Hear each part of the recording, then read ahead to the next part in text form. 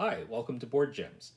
This is my weekly video series in which I go over an older board game gem, typically one that's at least 10 years old. At least I try to do that. Often much older, and I like to bring some of these back to the forefront and remind people that they're still good games. The game I want to talk about today is Hansa. Now, this game, Hansa Teutonica, this game became quite popular in the hobby, and people started to shorten it to just calling it Hansa. Hey, do you want to play Hansa? Like, I understand people, I understand human nature, but what I don't like is that it erases the existence of another game which I happen to like quite a bit. That's Hansa. Hansa was designed, and actually a lot of the graphics were done by Michael Schacht. I don't know if this cover image was done by him, but all the graphics internally definitely were done by the designer. And it was originally published by Abacus Spiele in Germany, and this English edition is available from Uberplay. Now, it's for 2 to 4 players. The box says 60 minutes. That's an exaggeration. I mean, if people really take a long time thinking about their turns, I could see it. But you're looking usually more at a 45-minute game, and a 2-player game can be as short as half an hour. And the box says ages 10 and up. Probably pretty fair. It's not very complicated at all, but it has been criticized as having a very boring presentation. So I suspect that children may kind of lose interest while playing this game. I mean, it's not very exciting. I mean, there's hardly any orcs on this box at all. Why don't I show you how it plays first? Then I'll talk about why it's a gem. To set up the game, place the board on the table between the players. You're going to take all the goods tokens. Now they have this symbol matching these spaces, where the warehouse spaces. And on the fronts they have between 1 and 3 barrels. And they come in different colors, representing different types of goods. You're going to use all the tokens in a 4-player game, but for 3 players you'll take all of 1 color out, and for 2 players you'll take all of 2 colors out. You're going to take the rest of the tokens, and you're going to mix them all up, and then you're going to fill up the warehouse spaces. Now, each city has a different number. You can see the number in the cities in the warehouse space. So, for example, this city has a 1 and this 2. You're going to fill them up from 1 to 9. The rest of the tokens, you're going to stack up into 5 relatively equal stacks and place them on these spaces here. Give each player all the wooden discs of a single color, as well as 1 money bag tile of the same color. And on the money bag, players will place 3 coins, thalers, which is their spending money. And finally, the ship, which will start in Copenhagen.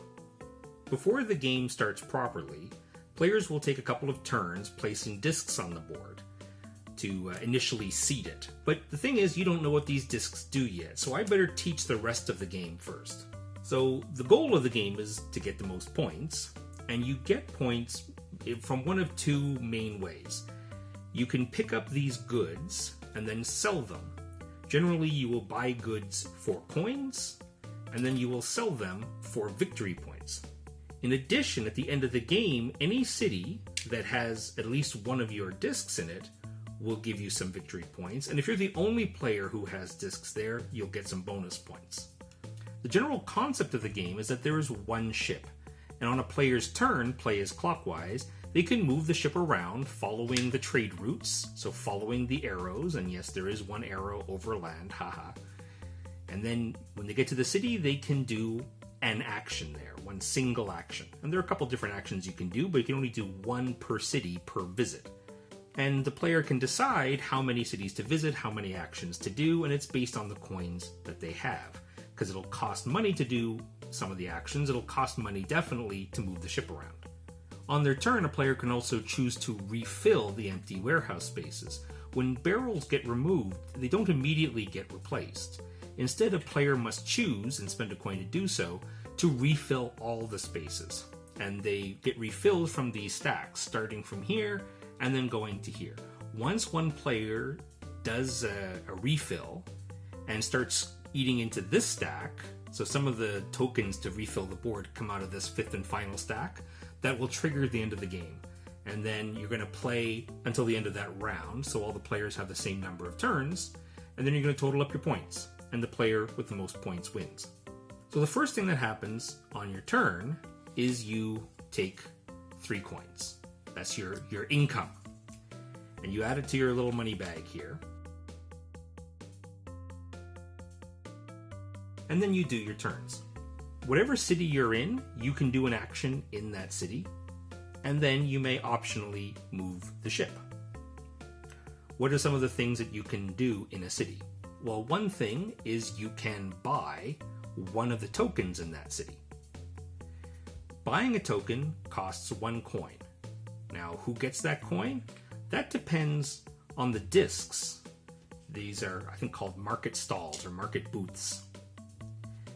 And multiple players can be in the same city.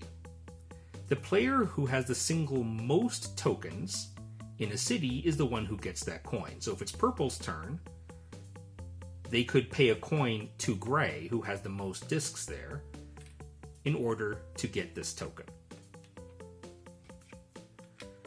If it was gray's turn, gray would be basically paying themselves. They would pay a coin to the player who has the most discs, it's themselves, they get it back. And if it's a tie, which is also the case if there are no discs in there, then the coin goes to the bank. But the player gets the token and then puts it face up in front of them. At any point during their turn, they can choose to stop. But if they have more than 3 coins, they have to discard down to 3. And if they have more than 3 face-up goods tokens, they have to discard down to 3. And then at this point, you could spend a coin to move the ship to a new location. And you always have to follow the arrows. So from Copenhagen, you could go down to here, or over to there, or over there. You pay the coin and go to the new city, and again, you can do one of the 3 actions. Another action that you can do on your turn is you can place market stalls. In order to do that, you have to give up a face-up token that you've collected. And then, based on the number of barrels, you get to put that many discs in that city.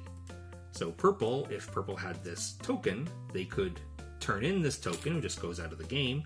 There's 1 barrel on that token, so they would get to put 1 disc in that city. What's the purpose of these market stalls? Like I said at the beginning, at the end of the game, every city that you have at least 1 in will give you points.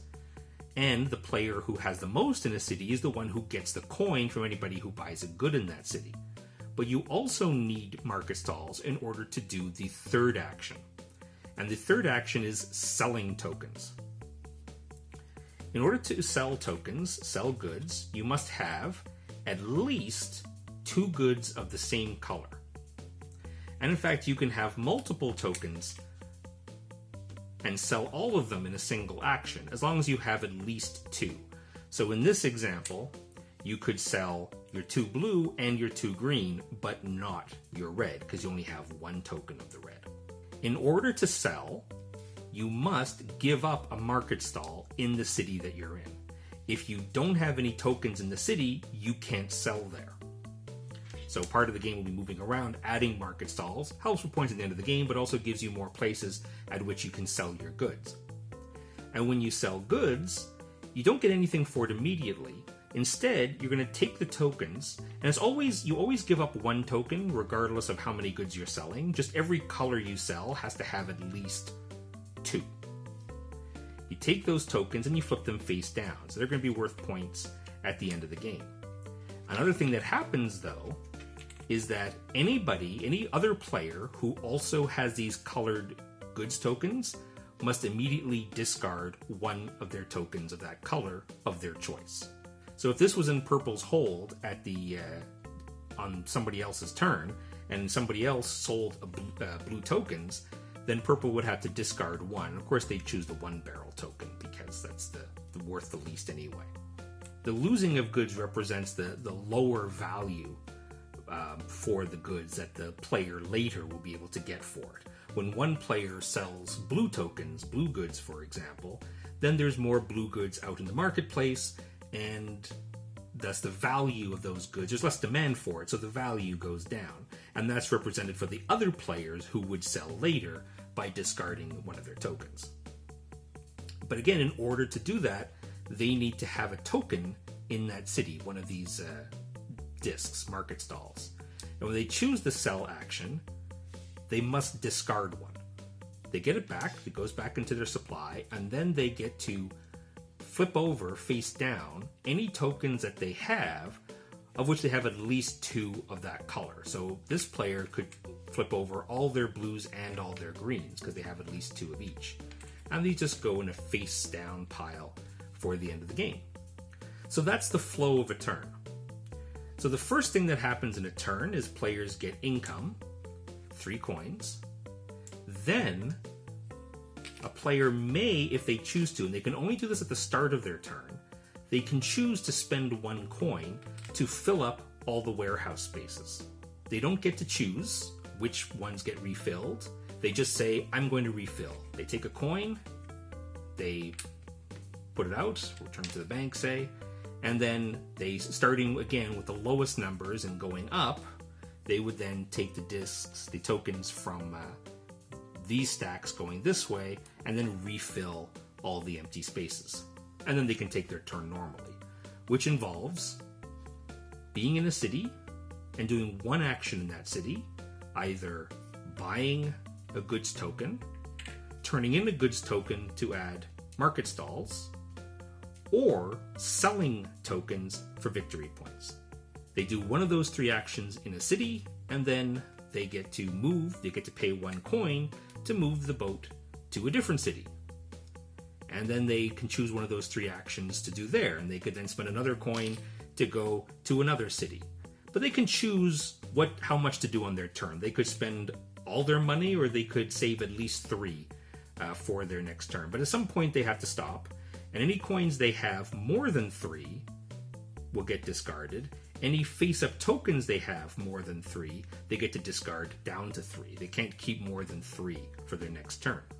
So play is going to continue like that, turn by turn, until one player at the start of their turn decides to refill, and they have to take tokens from this 5th and final stack. If they do that, then they refill normally, and then they continue their turn. And then you're going to play until the end of the round, so all players have the same number of turns. And then you're going to score victory points. Players may still have some goods in their hold, face up in front of them. Those are still worth 1 point. Tokens that players have collected are worth 1 point per token, but for these face down ones, the ones that they've sold, they will also get 1 point per barrel.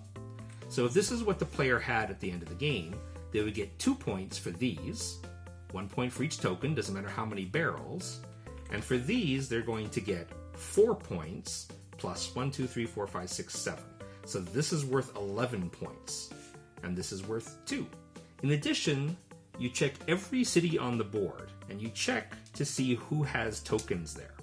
For every city a player has at least 1 token in, they're going to get 2 points at the end of the game. And if they're the only player who has tokens there, they'll get an additional 2 points for a total of 4 for that city. You do that for each of the cities. And total up your points, and the player with the most points wins. That's it. You're ready to play Hansa. Hansa is 100% my type of game.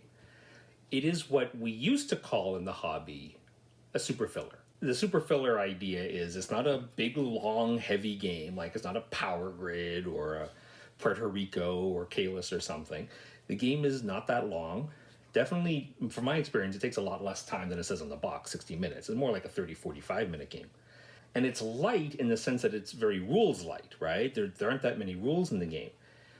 But it's a little bit thinky, a bit.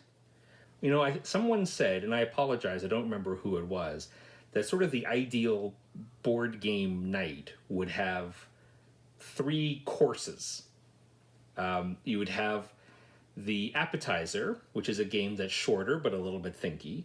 Then you'd have the main course, which is a big, longer, kind of heavy strategic game. And then afterwards you'd have the dessert, which is more like just a light, goofy game that has a laugh and leaves a leaves a nice taste in the mouth at the end of the session. So this definitely falls into the appetizer category. But personally, I don't mind a game night in which I only play games like this. So it's simple rules, and there is thinkiness. Now, the thinkiness is not strategic. There's no strategy in the game in the sense that, I have a plan at the beginning, and this is how I'm going to get there, right? I'm going to try to do this, and I have a plan at the beginning, and everything I do is going to work toward that. Okay, there's not really a strategy like that. So you can come into the game with kind of a strategy as to how to approach the game. But it's not a deeply strategic game, it's tactical. Your turn comes up, here's the board state, and there's no hidden information, in the sense that there's no information that's hidden to most players, but one player has that info. All the decisions that you're making, that's based on the current board state, and everybody sees the same board state. So you have the system, you have the game set up, and your turn comes up, and here's the game state. And okay, now what do I do? How do I approach this? You can do very little and try to bank some of your coins and moves to have a bigger turn later. Of course, you can't do that too much because there's a limit on how much you can carry forward. You can definitely think about how to end your turn. That's very important because there is a subtle interaction. And one factor is you want to not leave the shared ship that everybody shares, in a position where the next player will benefit. So that's part of the game too, is just making sure you don't leave a good chance, a good opportunity for the next player. And so I suppose in that sense, there's a little bit of player turn order advantage, right? So let's say you're playing a 3-player game and 2 people are quite experienced in the game and the third isn't. Then the player who's going after that weak player is probably going to have a little bit of an advantage. Because the inexperienced player may leave the ship in a good position for the next player, not really thinking about that. It's a pretty unique game from my experience, right, to have the shared ship that everybody is controlling. It actually harkens back a little bit to Expedition, Wildlife Adventure, which I did a video on a few weeks ago. In that game, there's, I guess you could say ships. There's multiple expeditions. In Hansa terminology, it would be like multiple ships, and on your turn, you can choose which ship to move. But this one is a bit more compact. It's a tighter experience. There's one ship, but you can do multiple things with that ship. So that experience is really cool because it's a really kind of tight, limited experience, right? There's only so many sort of trade routes. They always go in the same directions, unless you have the expansion. But you can do potentially a lot on your turn. So I'll do this and then this and then this and then this, and then it's on to the next player, right? So you can kind of plan ahead because you can see the full game state. It does mean that potentially there's a risk of analysis paralysis. One player can have a big turn. So I do this and then this and then this and then this. Oh wait, I shouldn't do that. Let me back up. And it's easy to back up. There's even a little tip in the rule book saying, as you pay coins to do actions, don't put them back in the bank. Just move them off your little player board. So if you need to undo, it's very easy to take them back, right? So that has the potential for a bit of paralysis there while people are planning out their moves. But the board is small. There's only a certain number of tokens. The decision space is not huge. So for me, analysis paralysis has not been a problem that I've experienced while playing this game. Yes, somebody can take a while to think about their turn, and they can't really plan ahead, on other players' turns. So it's like, oh, it's my turn. Okay, here's the game state. What can I do? Then their turn comes up, and they have to think about it for a while. Like I said, it hasn't been much of a problem for me. I really haven't experienced much analysis paralysis at all. But having said that, I do actively avoid playing this with 4 players. I personally love it with 3. I think on Board Game Geek, a lot of people swear by it with 2 players, which I get. I've played 2 and 3. They're great both ways. 2 is, of course, a little bit more tit for tat, like it's always going to be. So 3 players has just a bit more, maybe not interactivity. It's not really a really interactive game. The interaction is subtle. So there's going to be more chaos as you introduce another player.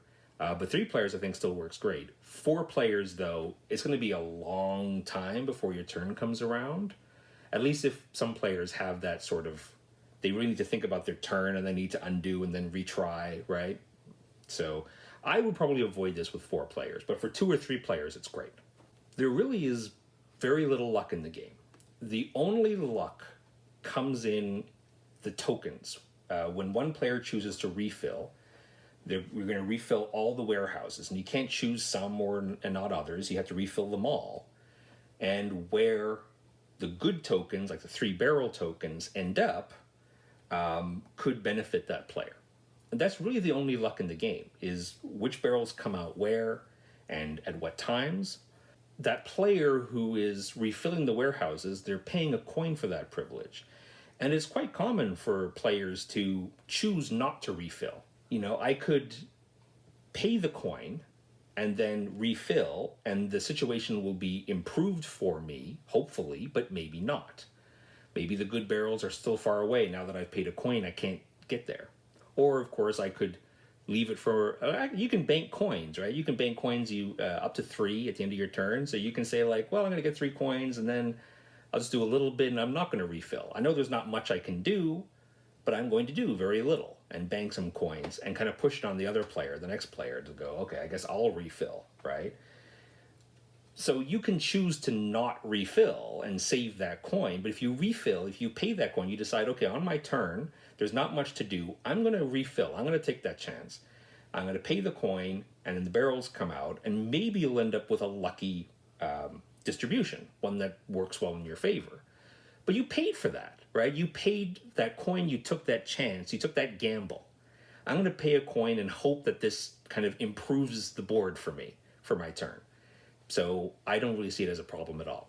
There's a new version of this game. Now this has been on the secondary market for a long, long time. It came out originally around 2003, 2004. And it's been Uber Play, I think, overproduced English copies of this. I don't know about the original publisher Abacus, but Uber Play, there's tons of these on the secondary market. But now there's a new edition. And that's called, I think, Traders of the Air.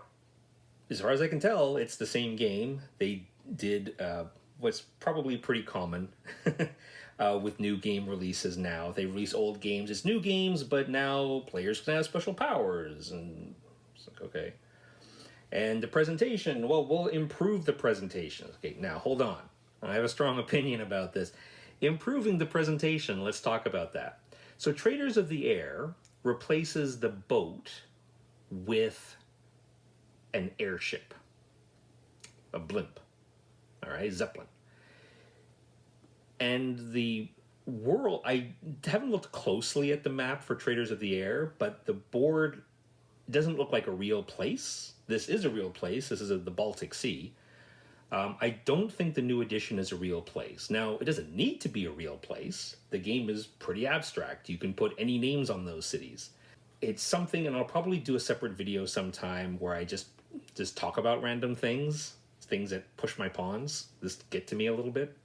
And one of those is the need that publishers have of adding fantasy themes to games that were perfectly good without fantasy themes. Not everything needs a fantasy theme.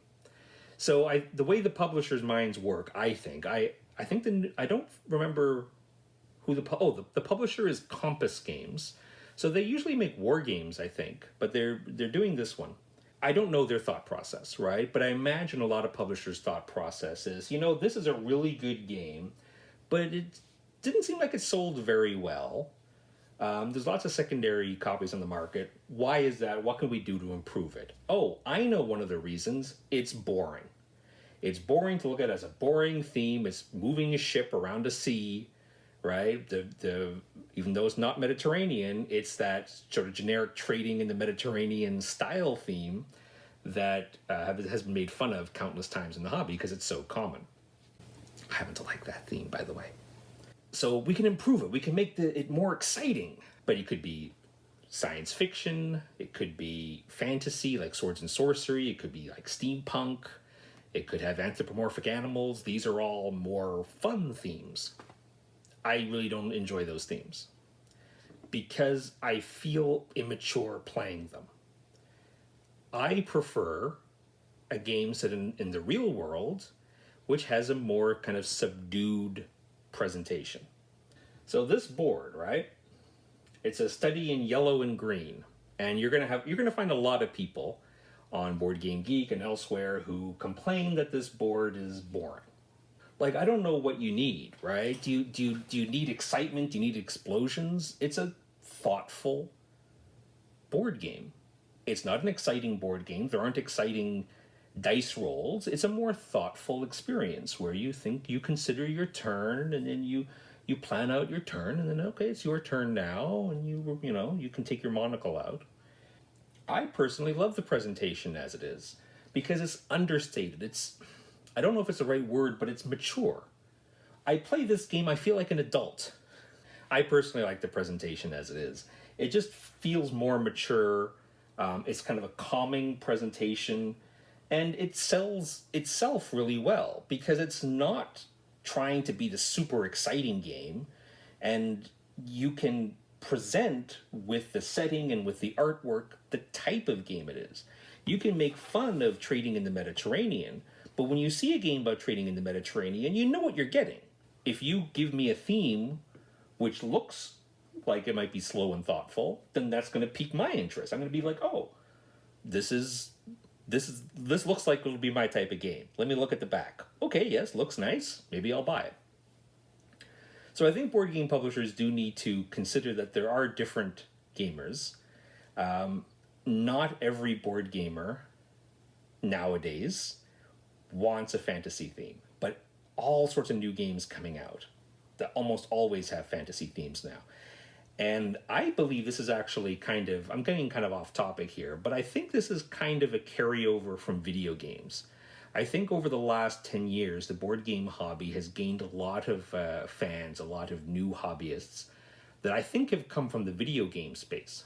And in video games, fantasy themes are almost required. Even if you have a real theme, a real setting, there has to be a way to make it a fantasy theme. Like, oh, it's about the Cold War, like Papers, Please. Let's not use a real country. Let's use a made-up country, right?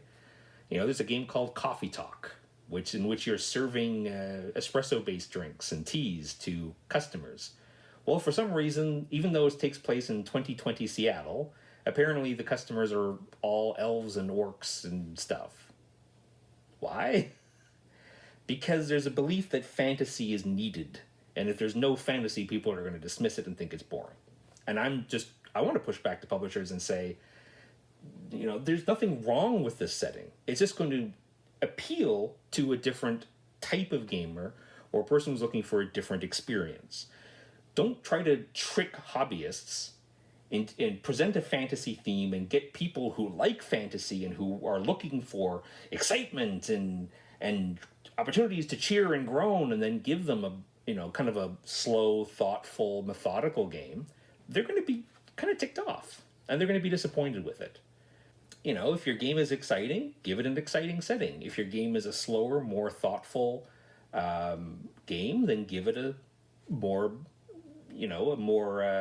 subtle appearance. Make it one that feels a bit more mature, right? Like this one. But I don't blame Compass Games, because if you are the type like me who prefers this setting and who really likes the presentation and the board art, well, you can still get a copy of Hansa, right? So Compass, they're trying to bring new people into the game, and this one's been done, this theme's been done. So if you're going to make a new version of the game, change the setting, I get it. Make it more exciting, but it's not really. What I'm saying is they're changing the presentation, but they're not changing the game to make it more exciting. So there's a little bit of a disconnect there, just my opinion. And actually, I think this is a unique look, and I think games should strive for a unique look. If you see this board on the table, I don't know many other games that look like this. Of course, you have games that take place in the sea and there's a boat moving around. That's a pretty common theme. But in terms of the colors, then that sort of presentation, I think this is pretty unique. And if I see this board on the table, I don't have to ask what game it is. I immediately know, because this can only be Hansa. And I think it's a good thing when games can present a kind of unique presentation to make it stand out, or at least differentiate itself from other games. So personally, I love the presentation of Hansa, and I have zero interest in Traders of the Air. The Compass Games presentation is much more generic than this one, because the water is blue and the land is green or brown or something, and so it just looks like literally every other trading in the seas game out there. But just the wooden piece is a zeppelin instead of a boat. But it looks much more generic, and this one has a unique presentation, which I appreciate. Now, the Traders of the Air does have a couple of changes to it. One is special powers. Yawn. Every remake now has special powers, and I'm not convinced that it'll do anything to this game that I would be happy with.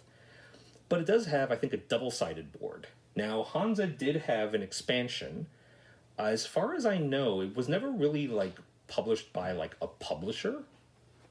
It was made available by Michael Schacht himself, and I think there were definitely ways that you could get a proper mounted version of it. And so it's nice that Compass includes that board in the box. I'm a big fan of Hansa. It's not going to be for everybody. Some people are going to find it a bit boring, at least in terms of presentation. But like I said, it's a kind of just an understated presentation, one that suits my personality quite a bit. I don't want to feel like a teenager when I play a game. I want to feel like I'm playing a thoughtful experience, and this game that I'm playing is a game for adults. So I personally love Hansa. I had it. I traded it away because it just wasn't getting played in my household. But more recently, I missed it. And I remember Hansa being a really good game. And I knew that there was this new version, Traders of the Air, coming out, and I was like, nah, I just want the old one. The old one is more to my tastes. And I got this new. I got this one new. I usually don't splurge to get a new copy of games. The one I got was opened but unpunched.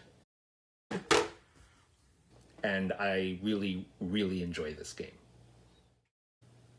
Thanks for watching. Remember, older games like Hansa don't stop being good just because new games come out. Take care.